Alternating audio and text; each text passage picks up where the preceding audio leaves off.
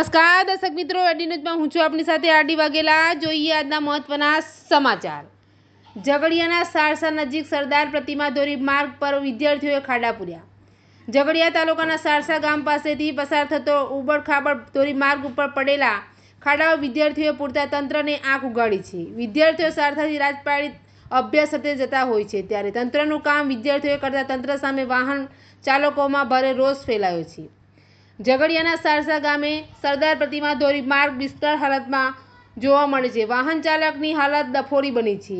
આ માર્ગનું જ્યારે વિસ્તૃતિકરણ થતું હતું ત્યારે ખૂબ મોટા પાયે ગોબાચારી થઈ હતી, જેના કારણે આજથી તારીખે પણ ઝઘડિયા તાલુકામાંથી પસાર થતા સરદાર પ્રતિમા ધોરીમાર્ગનું કામ અધૂરું છે અને ઠેર ઠેર નાળાઓ પુલ વગેરે બન્યા નથી। છેલ્લા 10 વર્ષના ખરાબ કામગીરીના કારણે ધોરીમાર્ગ ઉબડખાબડ બનતા વેપારી, નોકરિયાત વર્ગ અને વિદ્યાર્થીઓ પણ ખૂબ હેરાન થઈ રહ્યા છે। સારસા ગામના કેટલાક વિદ્યાર્થીઓ સાયકલ લઈ રાજપાડી ખાતે અભ્યાસ સાથે રોજિંદા આવે છે। આ વિદ્યાર્થીઓ પણ આ રસ્તાના કારણે હેરાન થતા વાહન ચાલકોને રોજ જોતા હોય છે। ગત રોજ સારસા ગામના બાળકો સાયકલ લઈ ટ્યુશન જતા હતા, તે સમયે સારસા ગામ પાસેથી સરદાર પ્રતિમા ધોરીમાર્ગ પર ખાડામાં કાર ફસાઈ હતી અને આ વિદ્યાર્થીઓના ગ્રુપ દ્વારા કારને બહાર કાઢવામાં મદદરૂપ થયા હતા।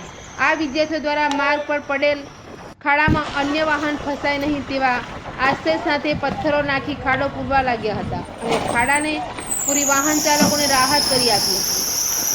સરદાર પ્રતિમાને જોડતો માર્ગ પર પડેલા ખાડા તંત્રને કેમ દેખાતા નથી તેવા સવાલો ઊભા થઈ રહ્યા છે। તંત્રને કામ કરવાનું કામ વિદ્યાર્થીઓ કરતા નજરે પડતા માર્ગ મકાન વિભાગ અને શરમજનક બાબત કહેવાય। હવે ઝઘડિયા તાલુકાની જનતા બિસ્માર્ક માર્ગને લઈ પરેશાન થઈ રહી છે, ત્યારે તાલુકાની જનતાને સારા રસ્તા ક્યારે મળશે જોવાનું એ રહ્યું। આઈડી ન્યૂઝ સાથે રિપોર્ટર જયેશ પ્રજાપતિ, અંકલેશ્વર।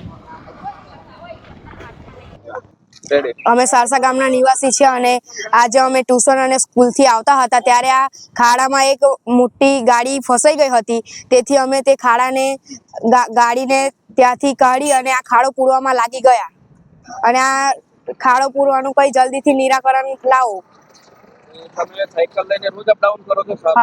અમે સાયકલ લઈને રોજ ટ્યુશન અને સ્કૂલનો અપડાઉન કરીએ છીએ। આ ખાડો તમે જાતે પૂર્યો છે? હા, જાતે પૂર્યો છે। અમે ભાઈ કેટલી ગાડીઓ ફસાઈ હતી અહીં? એક ગાડી ફસાઈ હતી હમણાં। તમે જાતે કાઢી છે? હા। ઓકે, ચાલો, થેન્ક યુ।